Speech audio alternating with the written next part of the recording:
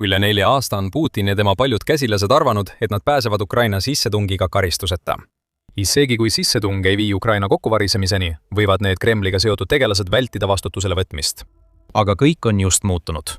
Üle 30 riigi on ühendanud jõud, et ehitada Putini ja tema käsilaste jaoks isiklik vangla. Õiglus on tulekul. Vundament on loodud, kuna 10 riigid valmistavad Putinit ja tema kaaslasi Haagi sarnase tribunali ette tirima. Uudis tuli välja 15. mail. On loodud eritribunal agressioonikuriteo kohta Ukraina vastu. See tribunal tähendab sisuliselt seda, et spetsiaalselt loodud kohus on valmis mõistma Putinit ja võimalikult paljusid tema toetajaid süüdi kuriteos, mis jääb rahvusvahelise kriminaalkohtu ehk ICC pädevusest välja. Ja kui Putin arvab, et see on tühine asi, siis ta eksib. 10 riigid, enamik neist Euroopas, on ühinenud, et see tribunal kujutaks Putinile ohtu nii kaua, kui ta Venemaad juhib. Kokku on 36 riiki allkirjastanud dokumendi, et näidata oma toetust tribunalile. Ja kõik on nõustunud, et selle peakorter asub linnas, millel on pikk õigusemõistmise ajalugu. Haag Hollandis on see koht, kus Putinit ja tema kaasosalisi kohtu alla antakse. See tähendab, et rahvusvaheliselt tunnustatud rahu ja õigluse linn on koht, kus kogu Putini impeerium võib kokku variseda. Üks paljudest, kes selle kõige üle väga rõõmus on Ukraina välisminister Andrii Sübiha. Ta oli kohal, kui uus tribunaal ametlikuks tehti ja ta kasutas X-i, et selgitada, miks see on Ukraina jaoks nii suur hetk. Täna on ajalooline päev. Me teeme ajalugu. Nii nagu Nürnbergi tribunal 80 aastat tagasi, taastab see eritribunal Haagis õigluse sõjavaremetest, kuulutas Sübiha. Ta nimetas selle uue üksuse loomist Putini jaoks punktiks, kus tagasiteed ei ole, kuna eritribunalist on saanud juriidiline reaalsus. Sübiha andis ka ülevaate sellest, millega tribunal tegelema hakkab öeldes. Me loome vastutusele võtmise süsteemi 3 sambaga: eritribunal, kahjuregister ja nõuete komisjon. Struktuurist räägime kohe lähemalt, kuid enne seda, selles tribunali töös on kaasatud palju riike. Kõigi tribunaalid toetanud riikide nimekiri meenutab Putini Euroopa vaenlaste nimistut. Kõige mõjukamad riigid on Prantsusmaa, Saksamaa, Ühendkuningriik ja tribunalit võõrustav riik Madalmaad. Kuid neid on veel palju, nii suuri kui väikseid. Andorra, Austria, Belgia, Horvaatia ja Küpros on kõik alla kirjutanud. Samuti on alla kirjutanud Taani, Soome ning Balti riigid, Eesti, Läti ja Leedu ning Tšehhi Vabariik. Nimekirja lisanduvad veel Kreeka, Island, Iirimaa, Liechtenstein, Luksemburg, Moldova, Montenegro, Norra, Poola, Portugal, Rumeenia, Hispaania, Rootsi ja Šveits. Isegi suhteliselt väikesed riigid nagu San Marino ja Monaco on kasutanud võimalust väljendada oma pahameelt Putini tegude üle ning kinnitanud, et teevad kõik endast oleneva, et Vene juht kohtu ette tuua. Lisaks on allakirjutanute seas ka väljaspool Euroopat asuvaid riike, nagu Costa Rica ja Austraalia, kes on andnud oma toetuse eritribunalile. Ja tagasi Euroopas. Euroopa Liit on toetanud tribunali, hoolimata sellest, et liikmesriigid nagu Bulgaaria, Malta, Slovakkia ja Ungari ei ole sellega liitunud. Ja loomulikult on seal Ukraina. Tähelepanelikud vaatajad märkavad, et nimekirjast puudub üks oluline nimi – USA. Ameerika pole eritribunaliga liitunud, kuna tundub, et nad on rohkem keskendunud rahuleppe saavutamisele Venemaa ja Ukraina vahel, mis lõpetaks sõja ilma Putinit ja tema kaaslasi kohtu alla andmata. Siiski saab sellega liituda iga riik. Putini ja tema sõprade jaoks on juba lai võrk välja pandud. See võrk võib muutuda veelgi laiemaks, kui rohkem riike liitub, ja see võib muutuda väljapääsmatuks, kui USA otsustab tribunalile oma toetuse anda. Nii et dokumentatsioon on allkirjastatud. Eritribunal on ametlik. Aga kuidas see kõik tegelikult üles ehitatud on? Sabia andis meile mõned vihjed, kui ta mainis 3 sammast, mida tribunal järgima hakkab. Euronews lisab sellele, et Alain Berset, kes on Euroopa Nõukogu peasekretär, on kutsunud kõiki osalejaid üles alustama oma individuaalsete seadusandlike protseduuridega ja igaüks peaks hakkama eraldama vajalikke vahendeid, et tribunal saaks võimalikult kiiresti tööle hakata. See ütleb meile, et igal allakirjutanul on olemas oma enda õiguslik raamistik, kuigi tõenäoliselt näeme palju kattuvusi, ning et kõik 36 panustavad rahaliselt, mida nad kasutavad struktuuride ülesseadmiseks. EL on kõigist teistest ette jõudnud, eraldades enda ülesseadmiseks 10 miljonit eurot, ehk umbes 11,6 miljonit dollarit. Rohkem raha järgneb. Kui kõik teised riigid teevad sama, investeeritakse sadu miljoneid dollareid ja luuakse ulatuslikud õiguslikud raamistikud, et tuua Putin kohtu ette. Lisaks kõigele sellele on juba loodud komitee, mis hakkab jälgima tribunaalile pühendatud iga-aastast eelarvet. See komitee hakkab jälgima ka tribunali toimimist, sealhulgas kohtunike ja prokuröride valimist, kui saabub aeg kohtuprotsessideks, ning sisereeglite vastuvõtmist, mis määravad, kuidas neid protsesse läbi viiakse. Kõik allakirjutanud on nõustunud austama tribunali sõltumatust, mis peaks oluliselt aitama tagada, et see ei takerduks sisetülidest tingitud bürokraatiasse. See, mida me siin näeme, on ühtne vastus Putini katkule ja nagu me kõik teame, on ühtsus Euroopas alati viimane asi, mida Putin näha tahab. Õiguslik reaalsus on just andnud Putinile kõrvakiilu. Kuid küsimused jäävad endiselt õhku, eriti selles osas, mida see kõik Venemaa jaoks tähendab ja kas Putin ning tema kaaslased leiavad end kunagi kohtuniku ees vastutust võtmas nende kuritegude eest, mida nad on toime pannud. Selle teise küsimuse juurde tuleme tagasi. Mis puudutab seda, mida see kõik tähendab, siis Ukraina on juba mitu aastat survestanud Euroopat eritribunali looma. Juba 2022 aasta detsembris. Atlantic Council kajastas Ukraina presidendi Volodymyr Zelenski kommentaare eritribunali loomise kohta, mis võimaldaks Putinit kohtu alla anda kuritegude eest, mis jäävad rahvusvahelise kriminaalkohtu ja teiste olemasolevate kriminaalkohtute pädevusest välja. Need detsembrikuised üleskutsed kordasid Volodymyr Zelenski tribunali loomise üleskutset, mida ta oli esitanud peaaegu alates Venemaa sissetungi algusest. Agressioonikuritegu on sõja alfa ja omega, ütles Volodymyr Zelenski tol ajal, lisades, et kriminaalse ja provotseerimata sõja alustamine tähendab ukse avamist tuhandetele kuritegudele, mis pannakse toime sõjategevuse käigus ja okupeeritud aladel. Nendele üleskutsetele vastamine võttis aega, kuid selle, mida me just ametlikuks saamas nägime, alus pandi juba mitu aastat varem.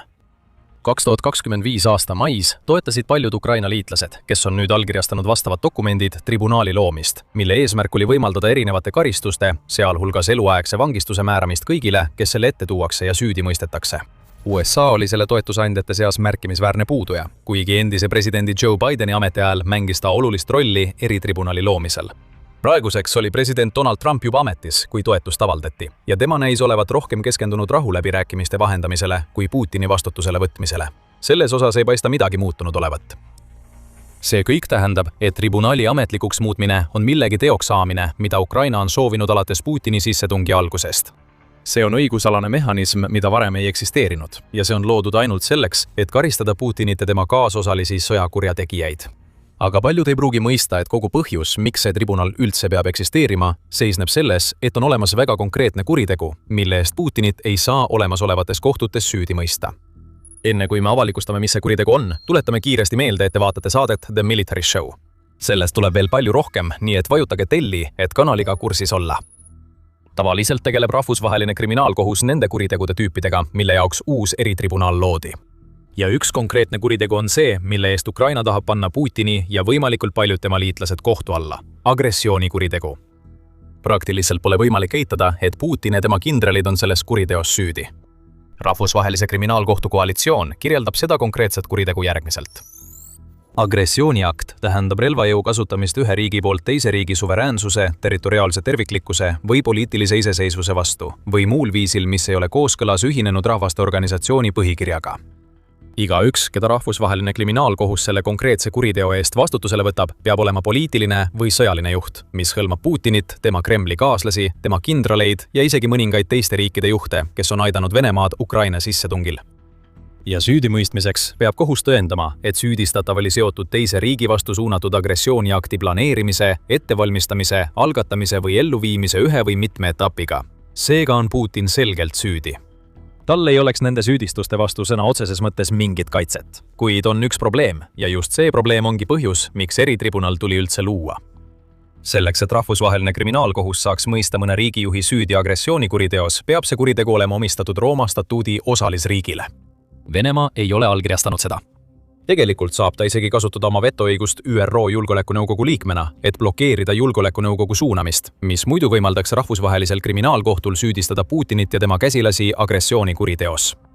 Ukraina sissetungi arhitekte ei saa rahvusvahelise kriminaalkohtu poolt vastutusele võtta teo eest, mida isegi Nürnbergi kohtunikud nimetasid ülimaks rahvusvaheliseks kuriteoks, kui nad tegelesid natsidega pärast teist maailmasõda.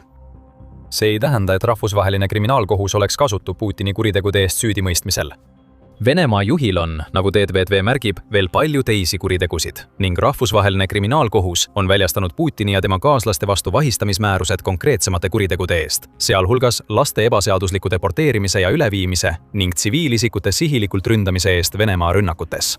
Aga rahvusvaheline kriminaalkohus ei saa Putinit agressioonikuriteo eest vastutusele võtta. Uus eritribunal saab seda teha. see on loodud selleks, et süüdistada kuritegudes, mida rahvusvaheline kriminaalkohus on pidanud oma pädevusest väljapoole jäävaks. Aga see viib meid tagasi meie varasema küsimuse juurde. Kas eritribunal suudab tegelikult Putinit ja tema kaasosalisi kohtu ette tuua? Ja sellele küsimusele ei ole lihtne vastata. DDQ märgib, et enamik uue tribunali allakirjutanuid on Euroopa Nõukogu liikmed. Venemaa oli kunagi selle nõukogu liige, kuid see visati välja, kui Putin Ukrainasse tungis.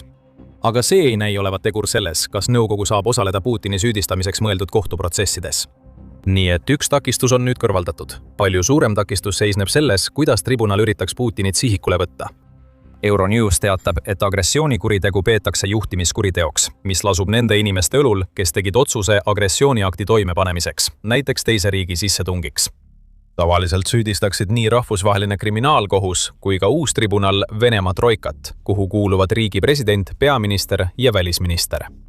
Ka teisi saab ja hakatakse vastutusele võtma, sealhulgas kõrgeid sõjaväelisi juhte, kes on aidanud korraldada ja juhtida rünnakut Ukraina suveräänsuse vastu. Kuid just troika püsimus on tribunaalile suurim probleem. See troika on puutumatu tagaselja kohtumõistmise suhtes, mis tähendab, et ainus viis Putinit vastutusele võtta, isegi kui tribunal suudab ICC jurisdiktsiooni probleemist mööda minna, on ta füüsiliselt kinni pidada ja kohtu ette tuua. See võiks juhtuda, kui Putin oleks kunagi piisavalt rumal, et reisida läbi mõne eritribunali allkirjastanud riigi, kuigi see tundub Venemaa presidendi puhul ebatõenäoline samm. Nii et Putini jaoks ehitatud isiklik vangla peab veel ootama, kuid see ei kehti nende vanglate kohta, mida ehitatakse paljudele tema kaasosalistele, kes on aidanud tal Ukraina invasiooni ellu viia. Need, kes ei kuulu troikasse, võidakse tagaselja kohtu alla anda. Euronews toob näiteks Valeri Gerassimovi, kes on Venemaa relvajõudude kindralstaabi ülem. Ta on Putini jaoks väärtuslik liitlane, samuti mees, kes on valmis Venemaa juhtidele oma armee edusammude kohta Ukrainas valetama, et Putin saaks teeselda, nagu tema sissetung kulgeks edukalt, nagu ta tegi 2025 aasta septembris, kui ta liialdas Venemaa saavutustega Kupjanskis ja Pokrovskis. Euronews viitab ka sellele, et kõrgetasemelised ametnikud sellistest riikidest nagu Valgevene ja Põhja-Korea võivad samuti silmitsi seista sarnaste tagaselja kohtuprotsessidega nende rolli eest, mida nad on mänginud, kuigi tundub, et nende riikide presidentidel on samasugused eelised nagu Vene troikal. Süüdi mõistetud isikud võivad saada vanglakaristuse, kusjuures kõige tõsisemate kuritegude eest võib määrata eluaegse vangistuse. Karistusena võib kasutada ka rahatrahve ja isikliku vara konfiskeerimist ning selle kaudu saadud raha suunatakse tõenäoliselt Venemaa agressioonikuriteo ohvritele mõeldud kompensatsioonifondi. Siiski saab isegi neid tagaselja mõistetud süüdimõistvaid otsuseid täide viia vaid siis, kui kohtualune on piisavalt rumal, et end eritribunali kätte anda. Ja kui need isikud otsustavad siiski isiklikult kohale ilmuda, saavad nad oma esialgseid karistusi kohtus edasi kaevata. Kui see kõik nii on, siis tekib paratamatult küsimus, mis on eritribunali mõte? Neid punkte on mitu. Alustame nendest karistustest. Kuigi on tõsi, et Putin ja tema käsilased ei näe vangikongi seestpoolt, kui tribunal neid kätte ei saa, võivad rahalised karistused siiski probleemiks osutuda.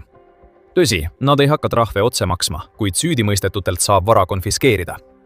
See hõlmab tõenäoliselt vara, mis neil on mõnes tribunali allkirjastanud riigis, mis tähendab, et on võimalik, et troikast väljaspool olevate isikute külmutatud vahendid võidakse konfiskeerida ja anda Ukrainale. Kui süüdimõistetud soovivad selle vara tagasi saada, peavad nad kohtu ette astuma ja oma süütust tõestama. Samuti on oluline, mida see tribunal sümboliseerib seoses rahvusvahelise kriminaalkohtu pädevuse lünga täitmisega, mis tegi võimatuks kedagi Venemaal Ukraina-vastase agressioonikuriteo eest vastutusele võtta. Global Rights Compliance juhib tähelepanu sellele, et Tokyo ja Nürnbergi tribunalid on ainsad kaks institutsiooni, mis on pärast selle kuriteo 1940 aastatel seadustamist suutnud seda edukalt menetleda. Pärast seda on loodud palju teisi institutsioone, mis tegelevad sõjakuritegudega, kuid ühelgi neist pole olnud universaalset pädevust agressioonikuriteo suhtes. Ka uus erikohus ei oma seda, kuid see täidab lüngad jurisdiktsiooni piirides, mis muudab Putini ja tema kaaslased haavatavaks ning võimaldab neid nende kuritegude eest karistada. Selle mõju ei saa alahinnata. See tähendab, et kõigi nende isikute liikumist, keda uus tribunal võib sihikule võtta, on oluliselt piiratud. Vene kindral või poliitik, kes oli seotud Ukraina sõjaga, ei saa enam reisida Saksamaale või Prantsusmaale. Nad ei saa varjata oma vara üheski riigis, mis on tribunali osapool. Ja kui nimekirja lisatakse veel nimesid, mis on võimalik, kuna nimekiri on avatud uutele allakirjutanutele, jäävad Venemaa sõjakurjategijad üha enam omaenda territooriumile isoleerituks. Lisa sellele peigele sõnum, mille tribunaal saadab Putinile. Alles detsembris üritas Putin Euroopale rahupakkuvat žesti teha. Ta kuulutas, et Venemaa ei pea Euroopas enam sõdu, seni kuni lääs kohtleb Venemaad austusega. Putin nimetas ka väiteid, et ta plaanib rünnata teisi Euroopa riike peale Ukraina täielikuks jamaks. See oli läbinähtav katse poolehoidu võita. Putin ütles sisuliselt: lõpetage Ukraina toetamist ja ma annan ausõna, et Venemaa ei tungi teie riikidesse. See oli järjekordne katse Euroopas lõhesid tekitada ja narratiivi manipuleerida, nii nagu Putin seda näeb. 3 tosinat eritribunaali alla kirjutanud, kellest enamik on läänepoolse suunitlusega Euroopa riigid, on selge märk sellest, et Putini pakkumine lükati tagasi. Tema ja tema paljud kaasosalised on sõjakurjategijad, ütleb Euroopa. Mitte ainult seda, vaid nad on süüdi kuriteos, mis on võrreldav sellega, mille eest natsirežiimi kõige hullemad liikmed kohtu alla anti ja süüdi mõisteti. Kui Putin kunagi mõtles, kas tal on võimalus tagasi saada Euroopa ja lääne soosingusse, siis selle tribunali loomine ütleb talle, et tal seda võimalust ei ole. Ja lõpuks toob Kyiv Independent välja huvitava tähelepaneku selle tribunali kohta. See ei puuduta ainult Venemaad, vaid see on ka Ukraina jaoks tunnustus. Fakt, et tribunaal üldse eksisteerib, on veel üks märk sellest, et enamik Euroopast koos mitmete teiste riikidega väljaspool kontinenti seisab Ukraina kõrval, mõistes hukka Putini ja tema käsilased selle eest, mida nad on teinud. Eriko Huus võib anda hääle neile, kellel seda pole. Ja kui tal õnnestub oma eesmärke täita, suudab ta pakkuda hüvitist neile, keda Putini Ukrainas toime pandud kõige hullemad teod on mõjutanud. Kurjategijate tabamine ei ole ainus asi, mida sellised kohtud teha saavad. The Kyiv Independent toob näiteks Legal Action Worldwide ehk loo, mis on esindanud Myanmari Rohingya kogukonna ellujäänuid, kellelt võeti 1982 aastal kodakondsus ja keda tabas tohutu vägivald. Loo töö on võimaldanud selle julmuse ellujäänutel ja tunnistajatel oma looga jõuda rahvusvahelisse kohtusse. Selles kohtus toimus täielik sisuline arutelu 2026 aasta jaanuaris ning esitatud vahetud tunnistused võivad olla eeskujuks, et ka teiste julmuste, näiteks Ukrainasse sissetungiga seotud kriminaalmenetlustes, saaks rohkem hääli kuulda. Venemaa jaoks tähendab see kõik, et 10 riigid tulevad isiklikult Putini ja tema kaasosaliste järele. Vangikongid ootavad. Ainult aeg näitab, kui tõhus on uus eritribunal nende täitmisel. Veel üks nimi, mis võib olla potentsiaalsete süüdistatavate nimekirjas, on Valgevene diktaator Aleksandr Lukašenka. Ja Lukašenka on lähedal sellele, et muuta see tribunaalile lihtsaks juhtumiks. Ta on hulluks läinud, valmistudes sõjaks, millest tal ei peaks olema mingit osa. Saate rohkem teada, mida Valgevene teeb ja mida see võib Ukraina jaoks tähendada meie videos. Ja kui teile see video meeldis, siis ärge unustage tellida The Military Show'd, et näha rohkem meie analüüse Ukraina sõja viimaste arengute kohta.